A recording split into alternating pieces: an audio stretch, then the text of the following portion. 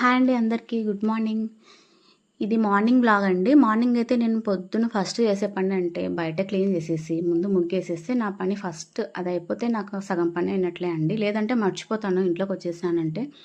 ఇంకా తర్వాత చెట్లు అయితే చూస్తానండి. చెట్లకి ఎన్ని పూలు కాసినాయి, పూజకి పూలు కావాలి కదా అన్నట్లు చెట్లు అయితే చూస్తాను. లేవంటే హస్బెండ్కి ఫోన్ చేస్తాను, ఆయన ఖచ్చితంగా పూలు అయితే తీసుకొస్తాడు. నిన్న నిన్న చెట్లకి పూలు చూసినప్పుడైతే దండిగా ఉండండి. మందారం చెట్టుకైతే ఎన్ని మొగ్గలు ఉన్నాయో అన్ని ఉండే. ఒక 10 అన్నా కాస్తాయి అనుకున్న పూలు ఎవరో పొద్దున 6 అంతా తెంచేసుకొని వెళ్ళిపోయినారండి. ఎవరు ఆ దొంగలు కనిపెట్టాలి. చూస్తున్నా పక్కన ప్లేస్ ఈరోజు అయితే అసలు ప్రశాంతంగా ఉందా అండి. అసలు వర్షం పడేలాగా ఉంది, కొంచెం మబ్బుగా అట్లా ఉందన్నమాట. ఈ పక్కన ప్లేస్లో వాటర్ అయితే అయినాయి. ఫుల్ దోమలండి, అస్సలు భరించలేకపోతున్నా దోమలు ఈవినింగ్ అయ్యేసరికంతా. ఈ చెట్టు పెద్ద చెట్టు ఒకటి ఉందండి మా ఇంటి దగ్గర. ఈ చెట్టు వచ్చేసి చాలా పెద్దగా ఉండే అండి. చెట్టు కింద సమ్మర్లో వెహికల్స్ అంతా ఈ చెట్టు కిందే పెట్టేవాళ్ళం మేము.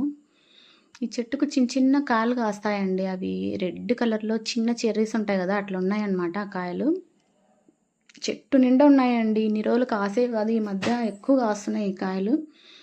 ఇవి తినొచ్చని పిల్లలంతా స్కూల్ 4:30 ఆ టైంలో పిల్లలంతా చెట్టు దగ్గరే ఉంటారు. కేకలు అంతా అరుచుకుంటూ ఉంటారు, గోలగోల చేస్తుంటారు. మాది చాలా చిన్న సందండి. వెహికల్స్ అయితే ఏవి రావు. రోడ్డు పైన దిగి నడుచుకుంటూ రావాల్సిందే. ఆటోలు కానీ కార్లు కానీ, ఎవరికి కార్లు అయితే లేవులేండి, అందరికీ వెహికల్సే ఉన్నాయి. ఇదిగోండి ఇలా ఉన్నాయి. ఇవి చిన్న చిన్న చెర్రీస్ లాగా ఉన్నాయి.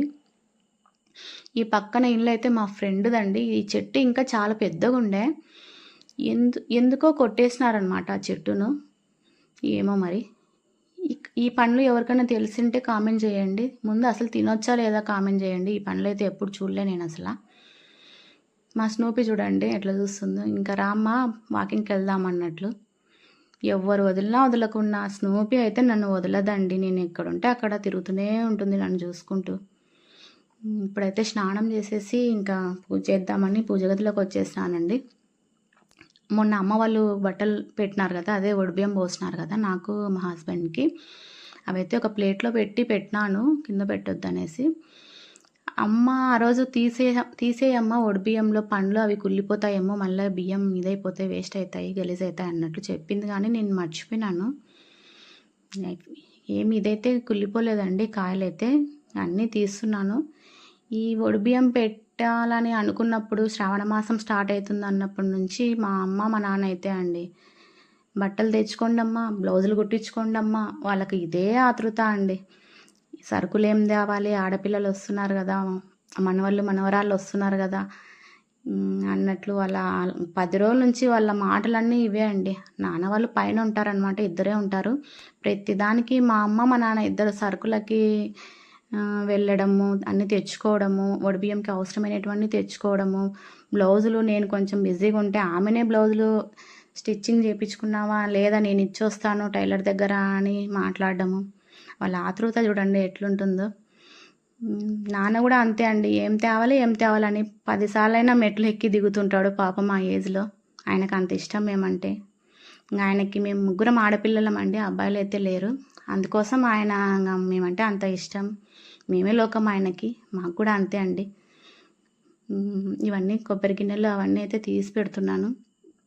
పుట్టింటిని అస్సలు మిస్ చేసుకోవద్దండి. ఎందుకంటే చూడండి, వాళ్ళు మేము వస్తున్నామంటే పేరెంట్స్ కానీ పుట్టింటి అన్న తమ్ముళ్ళు కానీ ఎంత హ్యాపీగా ఫీల్ అవుతారో.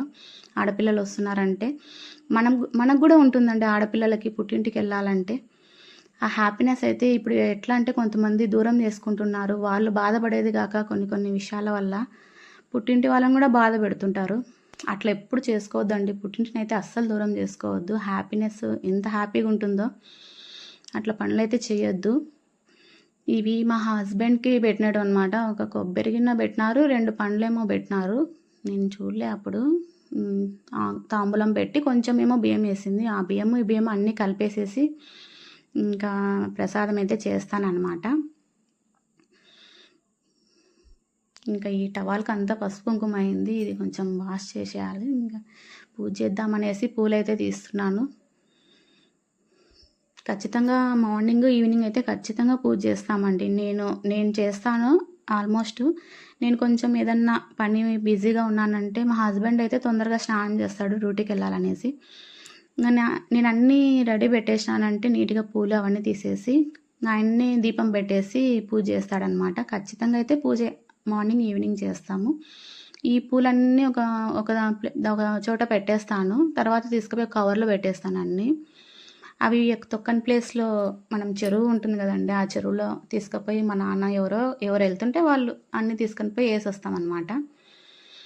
ఇంకా పూజ చేద్దామనేసి క్లీన్ చేస్తున్నాను. లక్ష్మి అయితే బయట అంతా క్లీన్ చేస్తుంది, నేను రూమ్ పూజ గది క్లీన్ చేసుకుందామని. అంతలోపల రైస్ అయితే పెట్టేసినానండి, బియ్యం కడిగేసి పెట్టేసినాను. ఇంట్లో అయితే ఎవరు ఉండరండి. డ్యూటీకి వెళ్ళినాడంటే మా హస్బెండ్ ఎప్పుడు వచ్చేది తెలియదు. బాబు కాలేజ్కి వెళ్ళినాడంటే ఇంకా ఈవినింగ్ అవుతుంది. ఇంకా నేను ఒక్కదాన్నే ఉంటా కదా, ఇంకా ఏం ప్రసాదం చేస్తాం, అదే ఇంకా లేట్ అయింది ఇప్పటికే అనేసి ఇంకా రైస్ అయితే చేసేసి ఇంకా అది బెల్లం ఉంటుంది కదా బియ్యంలోదే, ఆ బెల్లం కొంచెం అట్లా దంచేసి ఆ బెల్లం పొడి వేసేసి నెయ్యి వేసేసినానండి. వేసేసి నైవేద్యం పెడదామనేసి ఇంకా అట్లా చేసినాను. అట్లయినా పెట్టొచ్చండి, మనం ఆ పాయసమే చేయాలని ఏం లేదు. ఇట్లయినా నైవేద్యం పెట్టేసి పూజ చేయొచ్చు. ఇది ఏదో నెయ్యి తెమ్మంటే కొత్తది తెచ్చినాడండి, ఇది ఎట్లుంటుందో ఏమో మరి.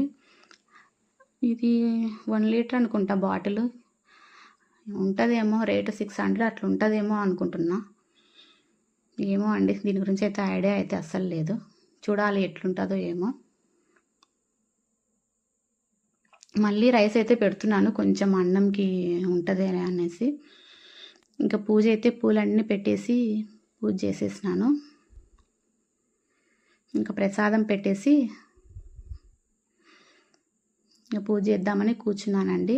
నేను ఏదో ఒకటి చదువుతా అనమాట. ఇప్పుడు నరసింహస్వామి కాబట్టి ఇంటి దేవుడు, నేను నరసింహస్వామి కరావలంబం కానీ ఆదిత్య హృదయం కానీ ఖచ్చితంగా శివాష్టకం అయితే రోజు చదువుతాను. మార్నింగ్ కానీ ఈవినింగ్ కానీ ఖచ్చితంగా బుక్ అయితే చదువుతానండి. ఇది అమ్మ వాళ్ళు పెట్టిన ఒక చీర అయితే కట్టుకున్నాను కదా, ఇది సెకండ్ శారీ అండి. బాగుందా ఇది నంద్యాలలోనే చందనాలో తీసుకున్నాను. ఆఫర్ కింద వచ్చింది శారీ. 50% ఆఫర్ ఉంది ఈ శారీ పైన. 45% ఉంది. ఎంత 39 ఎంత ఉందండి. ఇది అయితే 1800 2000 పడింది ఈ శారీ, తక్కువే పడింది. ఇప్పుడు వరలక్ష్మి వ్రతం వస్తుంది కదండి, ఇంకా అప్పటికల్లా స్టిచ్చింగ్ చేయించుకుంటే ఆ రోజు పూజకు కట్టుకోవచ్చు. ఇదైతే మెయిన్ శారీ అండి. దీనికైతే సింపుల్గా కుచ్చులు వేయించుకున్నాను. ఇంకా సింపుల్గా ఈ శారీ అయితే నేను షాప్లో తీసుకోలేదండి, మగ్గాలు ఉన్నాయన్నమాట. మగ్గాల దగ్గర నేస్తుంటారు మాకు తెలిసిన వాళ్ళు. వాళ్ళకి చెప్పి నేను కలర్ అన్ని కాంబినేషన్ చెప్పి నేను ఈ కలర్ నాకు లేదండి శారీ, పట్టు శారీ అనేసి నేర్చుకున్నాను. సింపుల్గా కుచ్చులు కూడా వేయించుకున్నాను అనమాట. కాఫీ తాగుదాం ఇప్పటికే లేట్ అయిందనేసి ఇంకా బాబుకైతే పాలు కలుపుతున్నాను హార్లిక్స్ వేసి. నేను ఏదో ఒకటి అండి, నేను ఒకసారి అయితే హార్లిక్స్ తాగుతా, ఒకసారి బెల్లం వేసుకొని పాలు తాగుతాను, ఒకసారి లైన్ డేట్ సిరప్ వేసుకుంటాను. ఈరోజు అయితే సిరప్ వేసుకొని తాగుదామని కలుపుతున్నాను. లైన్ డేట్ సిరప్ మంచిది చూడండి హెల్త్కి. బ్లడ్ తక్కువ ఉన్న వాళ్ళకి కొంచెం ఇంప్రూవ్మెంట్ ఉంటుంది. నేనైతే ఖచ్చితంగా ఇది డేలో మార్నింగ్ కానీ ఈవినింగ్ కానీ ఖచ్చితంగా తీసుకుంటాను. ఈ గ్లాస్ అయితే కదులుతుందండి. ఈ గ్లాస్కి చాలా చరిత్ర ఉందండి, చెప్తాను చరిత్ర గురించి, నవ్వకండి. ఈ గ్లాస్ వచ్చేసి నేను చిన్నగా ఉన్నప్పటి నుంచి నేను పుట్టినప్పుడు అనమాట, 1 year అట్లా. అప్పటి నుంచి ఆ గ్లాస్తో నేను ఆడుకునేదాన్నంట అండి. ఆ గ్లాస్ ఇస్తే నాకు 1 year బేబీ అప్పుడు. ఒక గంట సేపు అయినా నేను ఎవరిని డిస్టర్బ్ చేయకుండా దాన్ని కొట్టి అది నొక్కు చేసిన చూడండి, అంత సొట్టలు అయిపోయింది. 1 year బేబీ అప్పుడు అనమాట. నోట్లో పెట్టుకొని కొట్టి అట్లా చేసినానంట. ఆ గ్లాస్ ఇస్తే చాలంట అంత ఆడుకునేదాన్ని. మా అమ్మ మా నాన్న చెప్పి నవ్వుతుంటారు. నా చిన్నప్పుడు విషయాలు చెప్పాలంటే వాళ్ళకి చాలా ఇష్టం. మా హస్బెండ్కి కూడా కూర్చోబెట్టి మరీ చెప్తుంటారు.